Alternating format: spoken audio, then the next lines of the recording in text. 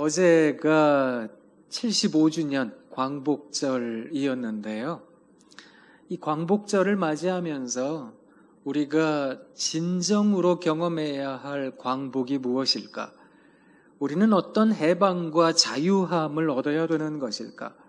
오늘 우리들에게 주어진 하나님의 말씀 가지고 그것에 대해서 함께 좀 묵상을 나누는 귀한 시간이 되길 원합니다. 오늘 성경 말씀을 가만히 보시면 1절과 2절 말씀에서 바울 선생님이 진정한 성도의 삶의 자세에 대해서 아주 분명하게 가르쳐 주시는 게 하나가 있습니다. 그게 무엇인가 하면 그리스도 예수 안에 있는 자에게는 결코 정죄함이 없다는 겁니다. 그리고 아주 중요한 우리가 날마다 기억해야 할 이 말씀, 이는 그리스도 예수 안에 있는 생명의 성령의 법이 죄와 사망의 법에서 우리를 해방했다라고 선언하고 있다는 것입니다. 그래서 우리가 이 세상을 그저 모자란 것도 많고 또 부족한 것도 많이 있지만 우리 주님의 은혜 안에 그저 씩씩하고 당당할 수 있는 거 아닐까, 이런 생각을 하는데요. 저는 오늘 이 말씀이 회개라고 하는 우리 기독 신앙인들에게 있어서 아주 중요한 그 삶의 자세, 신앙의 자세를 아주 잘 말해주고 있는 말씀이다, 이렇게 생각을 하는 사람입니다. 사랑하는 성도 여러분들께서도 잘 아시겠습니다만 회개라고 하는 것에는 어떤 회한의 감정이 함께 있는 것, 그것을 부정할 수는 없을 겁니다. 하나님이라고 하는 거룩함 앞에, 그리고 그 찬란한 빛 앞에 나라는 유한한 존재를 세워놓고 보니까 이런 한계도 있습니다. 이런 모자람도 있습니다. 우리들의 부족한 모습이 다 드러나는 거 아니겠습니까? 그러다 보니까 우리에게 자연스럽게 드는 생각 하나는 죄의식, 죄책감이라고 하는 것입니다. 이것을 일컬어 회의 마음이다. 왜 회개라고 하는 단어는 두 단어의 조합이잖아요. 그래서 돌이키는 마음, 스스로를 반추하는 마음, 이게 회의 마음인데, 이 회의 마음에 대해서 우리가 읽지는 않았습니다만 로마서 7장, 우리가 8장 1절과 2절을 읽었잖아요. 그 전에 보시면 24절에 이렇게 기록되어져 있습니다. 오호라, 나는 곤고한 사람이로다. 이 사망의 몸에서 누가 나를 건져내랴. 우리 주 예수 그리스도로 말미암아 하나님께 감사리로다. 그런즉 내 자신이 마음으로는 하나님의 법을, 육신으로는 죄의 법을 섬기노라. 이게 우리가 가지고 있는 우리 스스로에 대한 솔직한 토로이며 솔직한 고백인 거거든요. 하나님이라는 거룩 앞에 나를 세워놓다 보니까 하나님, 제 마음으로는 하나님의 법을 따르고 싶은데 육신의 한계가 너무 커서 자꾸만 죄를 짓습니다. 하나님, 저는 범죄한 인생입니다. 저는 죄인입니다. 하나님, 저를 불쌍히 여겨주십시오. 그 마음이 든다는 건 너무나 자연스러운 마음입니다. 그런데 이 돌이키는 마음, 죄책감, 죄의식에 머문다라고 하는 것이 8장 1절과 2절에 있는 말씀으로 연결되지 않으면 이 죄책감이라고 하는 것은 우리를 함몰시킵니다. 그래서 깊은 허무에 빠지게 합니다. 깊은 절망에 빠지게 합니다. 그래서 그곳에 빠진 인생이 되어서 그저 내 마음을 송두리째 빼앗겨버린 듯, 내가 이 세상 살아서 뭐하나, 나 같은 인생이 어떤 가치가 있는 것일까, 나는 아무것도 아닌데, 그러고 자꾸만 죽음의 법, 죄의 법을 따라가더라는 것입니다. 그런데 오늘 8장 1절에서 바울 선생님이 뭐라고 선언하는가 하면, 그리스도 예수 안에 있는 사람들에게는 결코 정죄함이라고 있는 게 아니다, 이걸 선언하고 있는 겁니다. 정죄함이 없다, 이 말이 무슨 말인가 하면 우리가 갖고 있는 죄책감, 죄의식이라고 하는 것이 2절 말씀에 있는 대로 생명의 성령의 법을 지향하지 못하면 자꾸만 이 정죄의식에 사로잡혀서 죄와 사망의 법을 반복하는 것, 회의 마음이라고 하는 것이 가진 아주 중요한 어떤 결실, 그것을 잃어버리면 우리가 하나님 앞에 선다라고 하는 것이 나를 망하게 하는 것으로 끝난다는 겁니다. 근데 우리가 회개를 할 때에는 개의 마음이라고 하는 것도 필요한데요. 이게 돌이키고 고친다 이런 뜻인데, 우리의 전 인생을 바꾸는, 다시 말하자면 내가 그동안 가지고 있었던 모든 삶의 세계관, 내가 그동안 가지고 있었던 모든 가치관, 이런 것들을 완전히 뒤바꿔서 새로운 방향을 갖게 하는 것. 그래서 내 인생 전반에 걸친 어떤 고침, 뒤바꿈, 이것이 필요하다는 것입니다. 그것이 어떤 방향을 가져야 되는가 하면 생명의 성령의 법이 우리를 해방케 하는 방향으로. 성령의 법이라고 하는 것은 생명의 법입니다. 이 생명의 법이라고 하는 것을 우리가 마음에 품질 못하면 자꾸만 죄, 또 여러 가지 연약함, 이런 것들에 여전히 종노릇하는 인생이 된다는 건데요. 그래서 우리가 진정한 해방을 경험하려면, 자유로움을 경험하려면 언제나 우리 안에 내주하고 계시는 성령 하나님, 그 성령 하나님께서 지시하시는 바 생명을 지향해야 된다, 이런 말이 되는 겁니다. 그래서 여러분 스스로를 한번 돌이켜 보셔야 됩니다. 내가 그리스도인이라면, 내가 진정으로 회개하는 인생이라고 한다면 나는 하나님 앞에서 나 자신을 발견하면서 발견한 스스로를 생명으로 이끌고 있는가? 나는 생명으로 전환시키고 있는가? 내가 하나님 앞에 설 때마다 하나님, 저는 부족한 죄인입니다 고백하면서 동시에 나라는 존재가 살아나고 있는가? 이걸 여러분들이 한번 꼭 생각해 보셔야 되는 것입니다. 그래서 나도 살고 다른 사람들도 살게 하는 생명지기로서의 삶을 영위하는 것, 그런 삶을 이끌어가고자 하는 것, 이것이 회개라고 하는 것의 아주 중요한 자세다라고 하는 것인데요. 저는 우리 사랑하는 파주교회 성도 여러분들께서 언제나 생명을 지향하는 진정한 해방을 경험한 분들이 되시기를 부탁드립니다. 그래서 우리가 광복을 맞이했다면 그저 역사적인 하나의 어떤 사건으로만 생각하는 것이 아니라 주권을 되찾은 거잖아요. 이전에는 식민지 사회에 살다가 우리가 드디어 주인입니다. 이 땅의 주인입니다. 이것을 말하게 되면서 자유를 얻게 된 것처럼 우리가 연약한 몸을 갖고 세상 살아갑니다. 그러다 보면 이런 범죄에 빠지기도 하고 저런 나쁜 생각에 빠지기도 하는데요. 그런 것들을 이제 하나님 주시는 십자가의 은혜로 말미암아 하나님, 제가 자유함을 얻었으니 앞으로는 생명의 사람이 되겠습니다. 이것을 고백하고 또 하나님 앞에서 다짐하는 우리 모두가 되길 원합니다.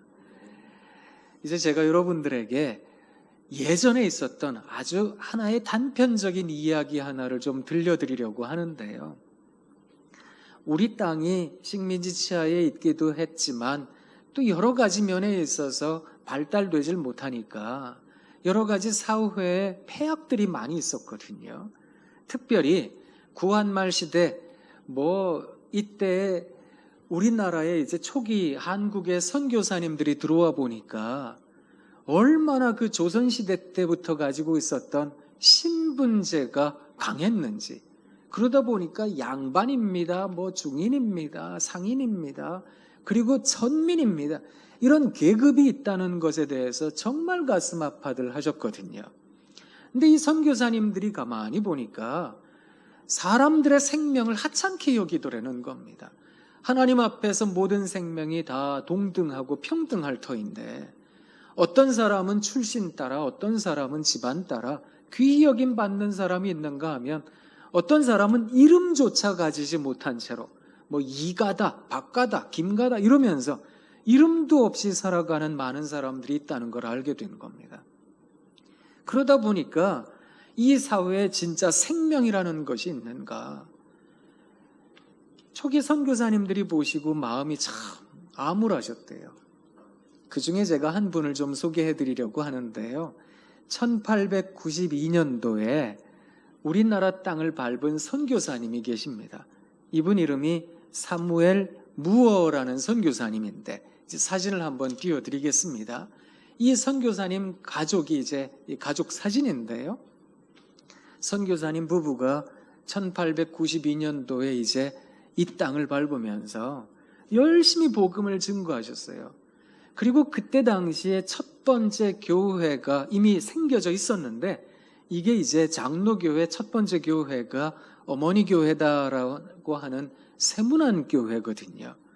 그 세문안 교회가 세워지고 있는데, 가만히 보니까 이게 또 사람들이 그곳에만 모이는 것에 대하여 사무엘 무어 선교사님이 생각하시기에 또 다른 예배 처소가 하나가 더 있으면 좋겠다, 이렇게 생각하셔서 그 왜 소공동에 가면 롯데백화점 거기 있잖아요. 그 롯데백화점 자리에다가 교회를 하나를 개척을 하셨습니다. 1893년도에 그 이듬해, 우리나라에 입국한 그 이듬해에 이제 개척을 했는데요. 그 지역의 이름이 곤당골이라는 지역이었는데, 이게 고운 담장이 있는 고을이다. 그래서 곤담골이었는데, 사람들이 곤담골 하다가 곤당골이 된 거예요. 그래서 곤당골이라고 이름을 했는데, 그곳에다가 곤당골 교회를 개척을 했습니다. 근데 개척을 하고 이렇게 열심히 이 사무엘 무어 선교사님이 이제 복음을 전했거든요. 그때 당시에 사무엘이라는 이름을 삼열이라고 했고, 무어라는 성을 모시성이다 이렇게 이제 번역을 해가지고 모삼열 이런 한국 이름을 갖고 열심히 복음을 전했거든요. 모삼열 목사님이 복음을 전하는데, 저 문틈 사이로 한 사람이 왔다 갔다 하는 게 보이더라는 거예요. 그 사람이 누군가 하니까 이름도 없는 박가라는 백정이요. 이게 이제 백정이라는 신분 자체가 워낙 천민이잖아요. 그러니까 사람 있는 곳에 감히 들어오지도 못하고 기웃기웃하다가 목사님 말씀이 너무 좋으니까 그 문 앞에 앉아가지고 이렇게 들었던 겁니다. 나중에 이제 이 사무엘 무어 목사님이 그 박가라는 백정을 만나서 복음을 전하고요. 이 복음이 너무너무 좋아서 친구들을 데리고 온 거예요. 그러니까 이 교회가 난리가 났어요. 어디 백정이 이 천한 것이, 우리는 지금 양반도 여기 있고 그런데 어떻게 이게 왔느냐, 이 영 불편했는데, 세상에 이 박가라는 사람이 대단한 대접을 받게 되는 사건이 있었거든요. 이 사람이 몸이 안 좋아서 죽게 되었는데, 이 모삼열 목사님에게 친구가 한 분 있었는데 올리버 선교사님이 계셨습니다. 이 에비슨, 이제 성이 에비슨이고 올리버라는 이름을 가지고 있는 이 선교사님이 친구였는데, 이 에비슨 선교사님은 제중원, 그러니까 오늘날의 세브란스 병원이지요. 근데 이 제중원의 의사였는데, 이분이 고종 황제의 서양 담당 의사, 서양의학의 담당 의사, 그러니까 왕의 주치의였습니다. 그러니까 이제 한방 한의사들이 많이 있었겠지만 그 중에 서양의학을 담당하는 주치의로 이 올리버 선교사님이 계셨는데, 이분을 모셔다가 이 백정을 치료를 해준 겁니다. 얼마나 이 백정이 감사했는지, 왕의 의사가 와가지고 자기를 고쳐주니까 너무너무 감사해가지고 막 친구들을 더 많이 데리고 왔어요. 그러니까 이 교회가 더 크게 분란이 일어난 겁니다. 그래서 그 예배당 안에 앉아있던 양반들이, 우리는 이런 백정들과 같이 예배 못 드립니다. 그리고 나서 홍문 쪽에 삿골이라고 있는데, 거기에다가 교회를 다시 거기에다가 두고 이 분립이 된, 교회가 이제 분열하게 된 겁니다. 모삼열 목사님이 마음이 너무 아팠거든요. 사람들에게 이야기했던 것도 우리 그리스도 예수 안에서는 모든 생명이 다 똑같은 겁니다.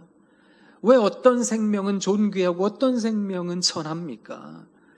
우리 모두가 다 우리 주님의 보혈의 은혜를 받은 사람들이라고 한다면 여러분, 생명을 존중해 주셔야 됩니다. 그걸 간곡하게 말씀을 드렸는데도 많은 사람들이 떠나갔어요. 그래서 홍문 삿골교회라고 세웠는데 거기에 이제 양반들이 다 간 거죠.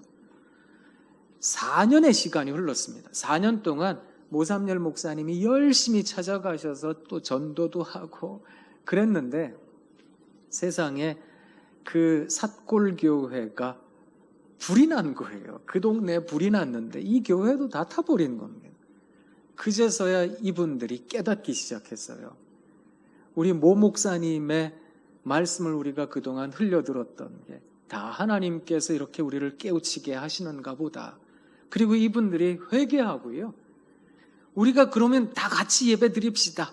우리 주 예수 그리스도 그 생명의 하나님께서 우리들에게 생명을 주셨으니 하나님께서 만드신 이 모든 세상에 대하여 존중하는 마음으로 함께 모입시다.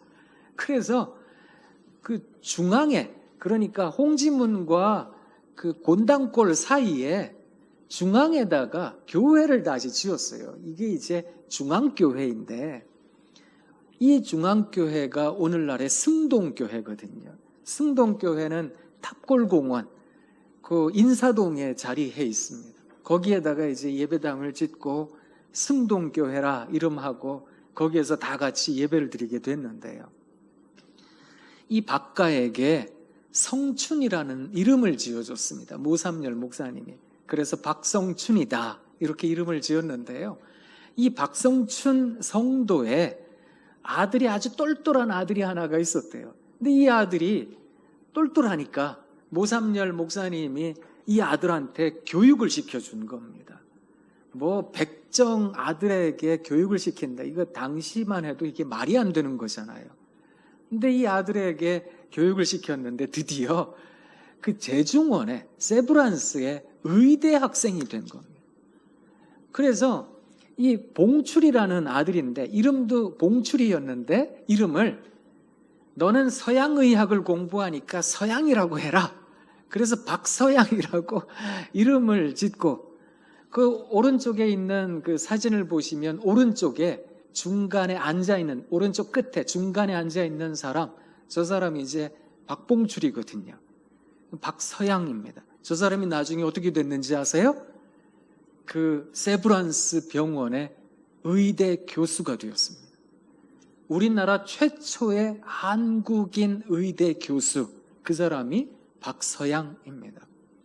그 지금 에비슨 선교사님 그 올리버 선교사님 바로 옆에 양복 말끔하게 입고 안경 낀 사람 저 사람이 이제 박서양인데요. 이렇게 집안이 이 참 하나님의 은혜로 이 생명을 얻게 된 겁니다. 나중에 어떤 일이 있었는지 아세요? 이 박성춘이라는 그 박가 그러니까 이 백정 이 사람이 승동교회 장로님이 되었어요. 그 일대 장로님이 된 겁니다.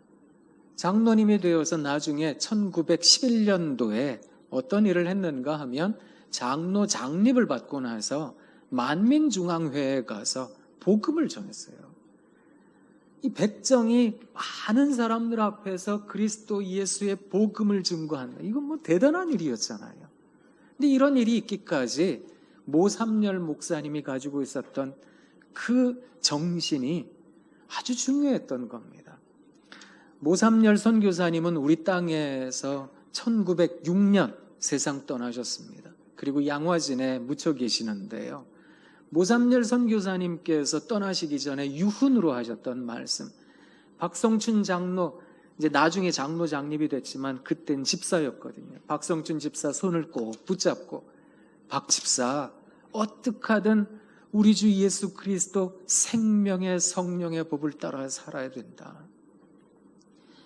주님께서 당신에게 생명을 허락해 주셨듯이 그동안은 뭐 백정이라 나 같은 인생은 뭐 언제 죽어도 되고 나 같은 생명은 아무것도 아니고 그렇게 생각했던 사람이었다면 이제는 스스로가 이 생명의 존귀함에 대해 깨닫게 되었으니 많은 사람들에게 생명을 나눠주고 생명을 살리는 그런 사역하시게 그런 얘기를 들었던 겁니다. 그 얘기를 듣고 이분이 전심으로 복음을 증거하고 다녔던 사람이 된 겁니다.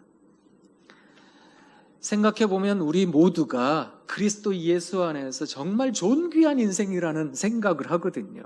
도대체 나 같은 인생이 무엇인데, 나라는 사람이 무엇인데 우리 주님께서 십자가에 달려 돌아가셨는가?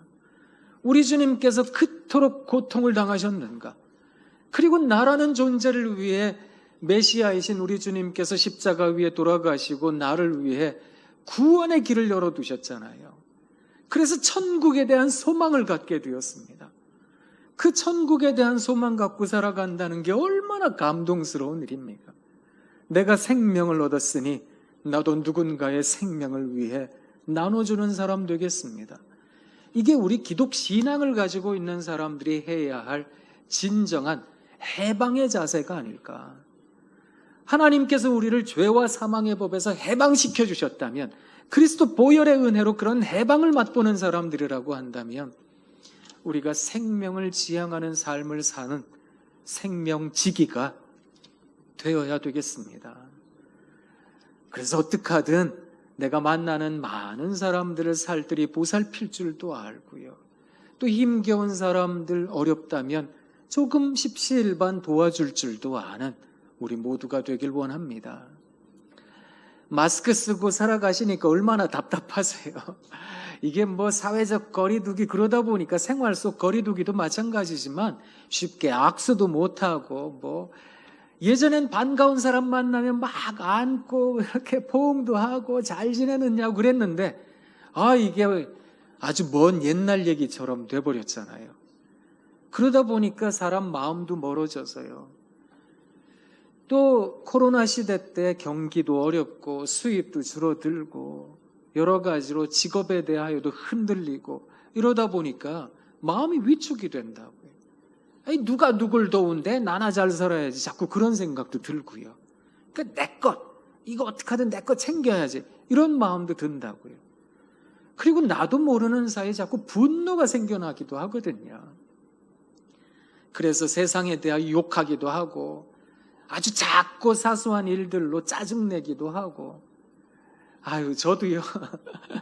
요새 저희 학교에 뭐 여러 가지 복잡한 일도 있고 또 뭐 사회 전반도 그렇고 저도 좀 부대끼는 것도 있고 스트레스 받는 것도 있어서 그런 건지 저도 요새 제가 가만히 오늘 말씀 준비하면서 생각해 보니까요. 저를 반추해 보고 반성해 보니까 자꾸만 사람 험담을 하더라고요. 제가 이 남 험담하는 것을 전문 용어로 뒷담화라 그러잖아요. 자꾸 뒷담화, 근데 뒷담화를 하면 재미있어요. 또 저 사람은 이게 잘못됐고 저 사람은 저게 모자라고 막 그런 얘기를 하면 또 얼마나 그게 또 고소하기도 하고 재미있기도 한지. 근데 제가 가만히 생각해 보니까 그거는 생명을 깎아내려가는 거다. 이건 누군가의 생명을 존중하는 게 아니다. 이런 생각을 하게 되었습니다. 그래서 저도 많이 반성하게 되었는데요. 삶이 팍팍해질수록 자꾸만 우리의 마음이 생명과는 멀어져서 다시 죄의 종이 되려고 하고 사망의 매인 듯 살아가려고 하고 그럴 때가 진짜 많더라는 겁니다. 저는 우리나라 아이들이 제일 살고 싶어하는 동네 도봉구 방학동 사는데요. 우리 동네 날마다 방학인데요. 여러분은 마음의 방학 맞이하고 살아가시는지요? 그런데 저희 동네에 이제 우이동 넘어가는 골목에 김수역 문학관이라고 있습니다. 김수역 문학관 거기 가보면 이제 김수영 시인의 여러 시들이 있고 그런데요. 거기에도 있습니다만 이 시인의 아주 좋은 시 한 편이 있습니다. 자기를 돌아보는 시가 있거든요. 그게 어느 날 고궁을 나오면서입니다. 뭐 옛날 시인이시니까 이제 광화문, 이 궁궐 이런 데를 다니시다가 고궁을 이제 구경하러 갔다가 나오면서 이런 생각을 했다는 건데요. 한번 들어보세요. 왜 나는 조그마한 일에 분개하는가? 저 왕궁 대신에, 왕궁의 음탕함 대신에 50원짜리 갈비가 기름덩어리만 나왔다고 분개하고, 옹졸하게 분개하고, 설렁탕집 주인에게 욕을 하고, 옹졸하게 욕을 하고, 한번 정정당당하게 붙잡혀간 소설가를 위하여, 언론의 자유를 위하여 그렇게 말하지는 못하고, 월남 파병에 반대하지도 못하고, 20원을 받으러 3번씩 4번씩 찾아오는 야경꾼들만 증오하고 있는가? 이 야경꾼이 누군가 하면 그 옛날 구한말 시대 때 그 왜 딱딱딱 치고 다니는 사람들이 있었거든요. 이게 이제 밤에 순찰 도는 사람들입니다. 근데 이 시인이 있었던 당시에는 이 순찰꾼들이 자꾸만 이 벌금을 많이 물렸거든요. 그러니까 그 사람들한테 막 짜증을 냈다는 겁니다. 옹졸한 나의 전통은 유구하고 이제 내 앞에 정서로 가로놓여 있다. 아무래도 나는 비켜 서 있다. 절정 위에는 서 있지 않고 앞만 해도 조금쯤 옆으로 비켜 서 있다. 그리고 조금쯤 옆에 서 있는 것이 조금쯤 비겁한 것이라고도 알고 있다. 그러니까 이렇게 옹졸하게 반항한다. 이발장이에게, 땅 주인에게는 아무 말도 못하고 이발장이에게, 구청 직원에게도 말 못하고 동회 직원에게도 못하고 야경꾼에게 20원 때문에 10원 때문에 1원 때문에 우습지 않느냐 1원 때문에 모래야 나는 얼만큼 작으냐 바람아 먼지야 풀아 나는 얼만큼 작으냐. 이 마지막 식기가 제 마음을 확 찔렀어요. 가만히 보니까 저도 진짜로 옹졸한 인생이구나 이런 생각했거든요. 우리 주님께서 나라는 존재를 위해 십자가에 돌아가셨는데 하늘 가는 밝은 길이 내 앞에 있으니 그 하늘 가는 밝은 길에 대한 이 감격을 가지고 살아가는 인생인데 자꾸만 누구 욕하고 누구 잘못된 거 얘기하고 바람아 풀아 먼지야 나는 얼만큼 작으냐. 제가 설교 말씀 준비하면서 진짜 회개 많이 했거든요. 사랑하는 성도 여러분, 우리가 살아가는 인생에 물론 삶이 팍팍하면 우리의 연약함이 우리를 걸어 넘어뜨리기도 합니다. 그럴 수밖에 없지요. 그래서 절망하기도 하고 실망하기도 합니다. 그런데 늘 기억하셔야 됩니다.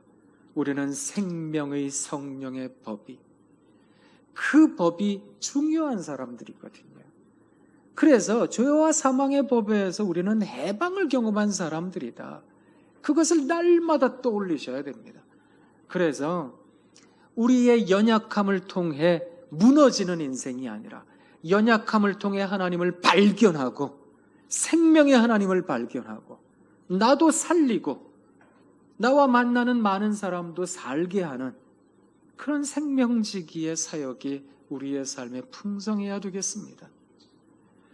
어쩌면 가만히 생각해 보면요, 인간의 연약함이라고 하는 것은 참 이 양면의 날과 같다 이런 생각을 합니다.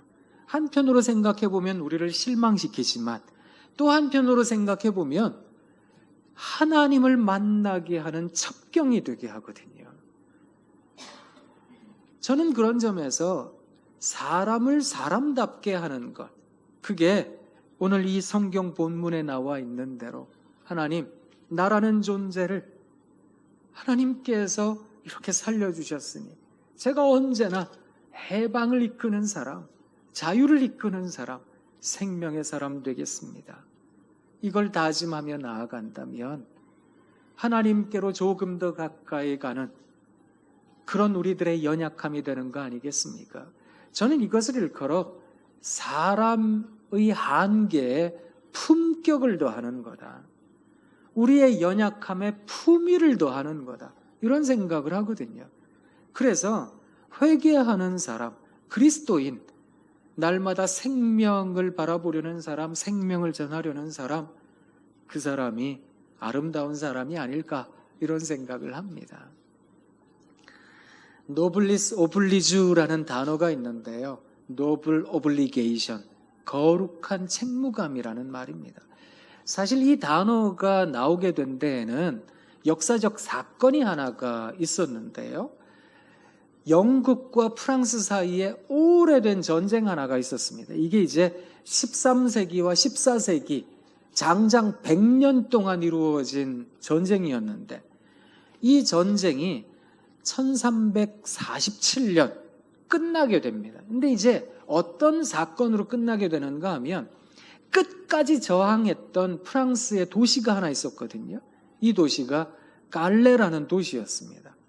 이 깔레라는 도시는 난공불락의 요새라 쉽게 무너뜨리기가 어려웠던 겁니다. 그래서 영국이 당시에 굉장한 군사력을 가지고 있었지만 프랑스가 금방 넘어질 거라고 생각했는데 이게 100년 동안 갔던 거거든요. 거기에는 이 깔레라는 도시가 아주 중추적인 역할을 하기도 했는데요. 나중에 다른 도시가 무너지고 나서 이 깔레를 무너뜨리려고 전 영국군이 다 이 성을 막 휩싸서 감싸서 정말 다 굶겨 죽여야 된다, 이렇게까지 됐던 겁니다. 나중에 이 깔레에 있던 사람들이 더 이상은 못 버티겠다, 그리고 항복 선언을 했거든요.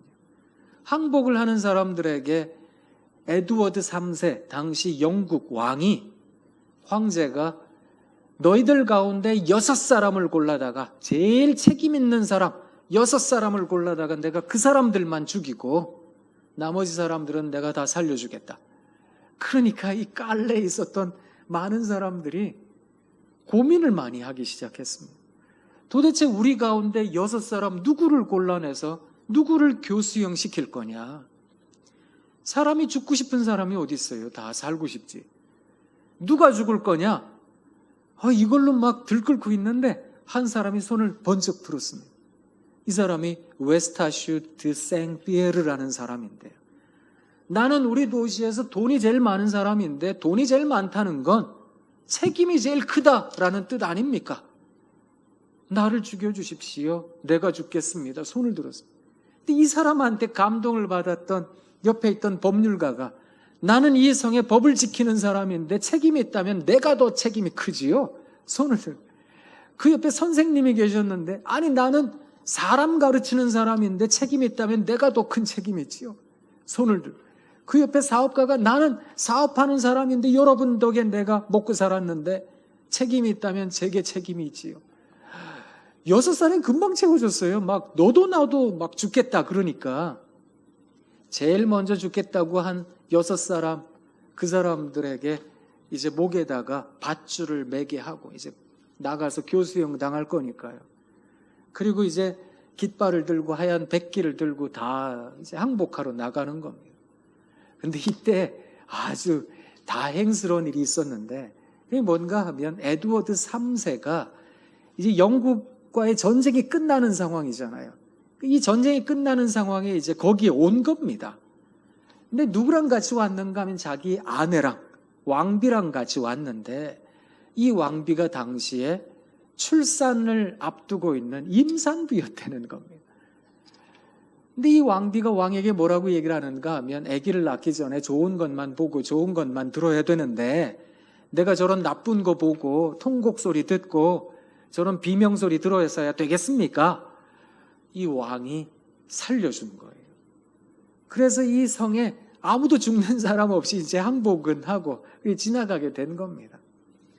그래서 이때 이 책임 있는 사람들, 그러니까 거룩한 책무감을 가지게 된 사람들, 이 깔레 시민들, 그들을 기려서 노블리스 오블리주라는 단어를 만든 거거든요.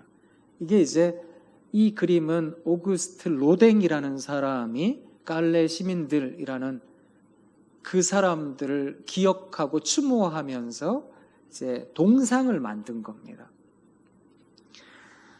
사실 우리가 우리 스스로에 대해서 거룩한 책무감을 갖는다라고 하는 것은 저는 굉장히 중요하다고 생각하는 사람이거든요. 우리가 그리스도의 은혜를 받았습니다.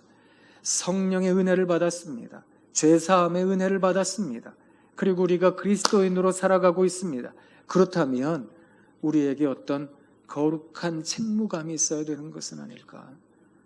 그래서 누군가를 살리고, 나도 살지만 누군가도 살리는 이 생명을 지향하는 생명지기의 삶이 우리들에게 가득한, 그래서 거룩한 책무감을 갖는, 우리는 연약하지만 비록 우리는 여러 가지로 부족하고 한계가 많지만 그럼에도 불구하고 그렇게 생명을 지향하는 삶을 살아야 되는 것이 아닐까?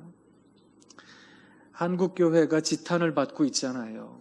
사실 거기에 대해서 나는 책임이 없노라 하고 손 씻을 빌라도와 같은 사람이 우리 가운데 누가 있겠습니까? 어떻게 보면 저라는 사람이 가장 먼저 큰 책임을 져야 될 사람이다, 이렇게 생각하고도 있거든요. 전 신학교에서 가르치는 사람인데 이게 제가 죄송합니다, 이런 생각이 참 많이 들기도 합니다. 저도 열심히 살겠습니다. 우리가 어떻게 하든 사람을 살리기 위해서 무엇을 해야 될까? 생활에 있어서 아주 작은 것 하나에서부터 누군가를 살리는 일에 앞장서야 되겠습니다. 그래서 하나님의 식과 법을 따르는 우리 교회는 정말 어떤 조금만한 어떤 일이 있어도 정말 교회가 이런 안 좋은 이야기 듣지 않기 위해서 노력을 참 많이 하고 있잖아요. 그런 좋은 그리스도인 좋은 성도들, 그래서 마스크 너머에 누가 힘들다 하면 살뜰히 보살필 줄도 알고, 저 사람 행여 배는 골치 않았을까, 아프지는 않을까 들여다볼 줄도 아는 그런 생명지기의 사역이 우리들에게 끊임이 없어야 되겠습니다. 그렇게 살아가실 거지요? 이미 살아가고 계시는 여러분들께 제가 번데기 앞에서 주름 좀 잡았습니다. 죄송합니다. 저도 열심히 살게요. 또 다음에 뵐 때까지 건강하시고요. 우리 또 다음에 뵐 때 생명지기로 잘 살았습니다. 열심히 생명의 법을 따라 살았습니다. 성령 하나님의 내주하심으로 잘 지냈습니다. 그렇게 인사하는 우리가 되길 원합니다. 여러분 사랑합니다. 사랑합니다. 우와, 이야. 기도하겠습니다.